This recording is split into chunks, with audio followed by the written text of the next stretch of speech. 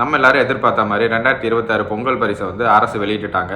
இந்த அரசு வெளியிட்ட இந்த பொங்கல் பரிசில் ஒரு மிகப்பெரிய குளறுபடி. இதை குளறுபடின்னு சொல்கிறதா இல்லை ஊழல் ஸ்கேம்னு சொல்கிறதான்னு தெரியல. நீங்களே ஏதாவது ஒரு பேர் வச்சுக்கோங்க.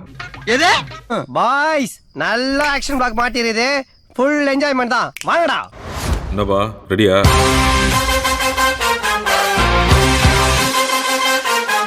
முதல்வர் சொன்னதை கேட்டு பொங்கல் பரிசு வாங்க ரேஷன் கடைகளுக்கு போனால் முதல்வர் கொடுத்த லிஸ்ட் ஒரு மாதிரி இருக்குது, ரேஷன் கடைகளில் கொடுக்கறது ஒரு மாதிரி இருக்குது. சில ஜாமான்கள் அங்கே கிடையாது. ஏன்னு கேட்டால் ஸ்டாக் வரலையா. என்ன ஒரு புத்திசாலித்தனம். அது எப்படி ஸ்டாக் வராமல் போகும்? ஒரு வேஷ்டி சேலை, பச்சரிசி, கரும்பு, சுகரு, இதுக்காக கிட்டத்தட்ட 248 கோடி இந்த கவர்மெண்ட் ஒதுக்கியிருக்காங்க இந்த பொங்கல் பரிசுக்காக. 1 கோடி செலவழிச்சு கல்யாணம் நின்று வச்சப்ப 1 கோடி நீ பார்த்த. ஆமாப்ப 1 கோடி. இன்னைக்கு எல்லாமே ஆன்லைன் தான். அதனால தான் ஸ்மார்ட் கார்டு அப்படின்ற ஒரு திட்டத்தையே கொண்டுட்டு வந்தாங்க. இன்னைக்கு எல்லா கிராமங்கள்லையும் ஒரு கிராமத்துக்கு எத்தனை ரேஷன் கார்டு இருக்கு, குடும்ப அட்டைகள் இருக்கு அப்படின்றத நம்ம ஆன்லைன்லேயே பார்த்துக்க முடியும். ஒவ்வொரு ரேஷன் கார்டுகளையுமே அங்கே இருக்கக்கூடிய ரேஷன் கடைகளோட இணைச்சிருப்பாங்க. அதுக்கு தான் ரேஷன் கடைகளுக்குன்னு தனியாக ஒரு நம்பர் கொடுக்குறாங்க. அந்த நம்பரை போட்டு பார்த்தீங்கன்னா அந்த கிராமத்தில் அந்த ரேஷன் கடை இருக்கக்கூடிய கிராமங்களை சுற்றி எத்தனை குடும்ப அட்டைகள் இருக்குது, அங்கே எத்தனை பேர் வாங்க வர்றாங்க அப்படின்ற கணக்கை எடுத்துப்பாங்க. இது அந்த கிராமத்தில் உள்ள டிஎஸ்ஓ அப்படின்றவர் வந்து அந்த கிராமத்தில் எத்தனை அட்டைகள் இருக்குது அப்படின்றத கணக்கு எடுத்து கொடுத்துருவாரு. ஸோ இது வந்து ஒரு குடும்பத்தில் நீங்கள் 10 பேர் இருந்தாலும் சரி இல்லை 5 பேர் இருந்தாலும் சரி, ஒரு குடும்பத்துக்கு ஒரு அட்டை தான். ஒரு அட்டைக்கு ஒரு பரிசு பொருள் தான் கொடுக்க போறீங்க.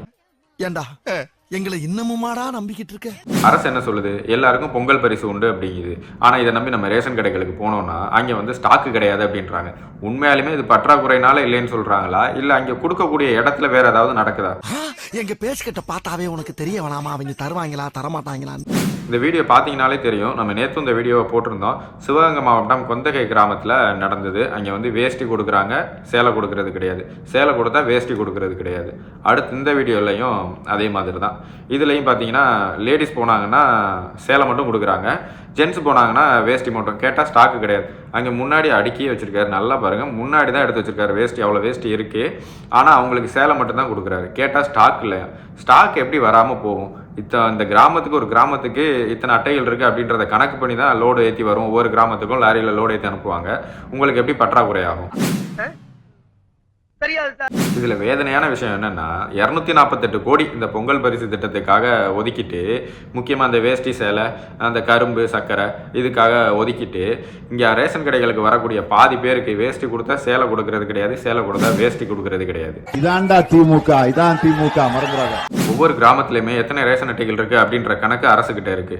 இந்த கணக்கெல்லாம் இருந்தும் ஏன் முழுமையா அவங்களால கொடுக்க முடியல? திராவிட மாடல்னா என்னன்னு கேட்கிறவங்களுக்கு இதுதான் பதில். கிராம பக்கம்லாம் பார்த்தீங்கன்னா ரேஷன் கடை ஒரு இடத்துல இருக்கும். அதுலேருந்து 3 கிலோமீட்டர் 4 கிலோமீட்டர் டிஸ்டன்ஸில், அப்படி 5 கிலோமீட்டர் அப்படி டிஸ்டன்ஸில் தான் மற்ற ஊர்கள்லாம் இருக்கும். இப்போ அங்கேருந்துலாம் தான் ரேஷன் கடைக்கு ஜாமான் அவங்க வருவாங்க. இப்போ அவங்கெல்லாம் அன்றைக்கி வேலையை விட்டுட்டு தானே இந்த இதுக்காக பொங்கல் பரிசு வாங்குறதுக்காக வர்றாங்க. அப்படி வர்றவங்களை நீங்கள் சேலை இல்லை வேஸ்ட் இல்லை அப்படின்னு ஏமாற்றி திருப்பி அனுப்புறது எந்த விதத்தில் நியாயம்? ஏன் இதெல்லாம் கவனிக்கிறதுக்கு இந்த அரசு கிட்ட, திருட்டு மாடல் திமுக கிட்ட ஆட்கள் கிடையாதா? இதெல்லாம் கவனிக்க மாட்டாங்களா? மக்களுக்கு நம்ம அறிவிச்ச திட்டங்கள் வந்து சரியா போய் சேருதா இல்லையா, இல்லை அங்கே என்ன குளறுபடி நடக்குது அப்படின்றதெல்லாம் கவனிக்க மாட்டாங்களா? எனக்கு நிறைய வேலை இருக்கு, நான் ரொம்ப பிஸி. இது ஒரு கடையோட பிரச்சனை கிடையாது. பல கிராமங்கள்ல இப்படிதான் நடந்துட்டு இருக்கு. உங்க கிராமங்கள்லயாவது சரியா கொடுக்குறாங்களா, இல்லை அங்கேயும் இதே பிரச்சனை தானே அப்படின்னு மறக்காம கமெண்ட் பண்ணுங்க. அதுலயாவது பார்த்து தெரிஞ்சுக்குவோம். எந்த பயனும் இல்ல. அப்படி உங்க கிராமங்களையும் சரியா கொடுக்கல அப்படின்னா 1967 அப்படின்ற நம்பருக்கு கால் பண்ணி கம்ப்ளைண்ட் பண்ணுங்க. கம்ப்ளைண்ட் பண்ணி எந்த மாற்றமும் வரப்போறது இல்லை. ஏன்னா இந்த இன்னொரு 4 நாள் அதை வந்து நிப்பாட்டிடுவாங்க, ஸ்டாப் பண்ணிடுவாங்க. எல்லாருக்கும் கொடுத்தாச்சு அப்படின்னு ஒரு கணக்கை காமிச்சு நிப்பாட்டிடுவாங்க. பட் அந்த கடை மேல அதிகமாக கம்ப்ளைண்ட் வந்துச்சுன்னா அதுக்கப்புறம் ஏதாவது நடக்க வாய்ப்பு இருக்கு. இந்த நம்பருக்கு கால் பண்ணி கம்ப்ளைண்ட் பண்ணி பாருங்க. எங்க கிட்ட வேணாம். வீடியோ பிடிச்சிருந்துச்சுன்னா மறக்காம லைக் பண்ணிட்டு சேனலை சப்ஸ்கிரைப் பண்ணிக்கோங்க. அப்படியே அந்த வீடியோவை உங்க ஃப்ரெண்ட்ஸ் அண்ட் ஃபேமிலிக்கு ஷேர் பண்ணி விடுங்க. இந்த திருட்டு மாடல் திமுகவோட திருட்டுத்தனம்லாம் எல்லாருக்கும் தெரியட்டும். திமுக ஒரு தீய சக்தி.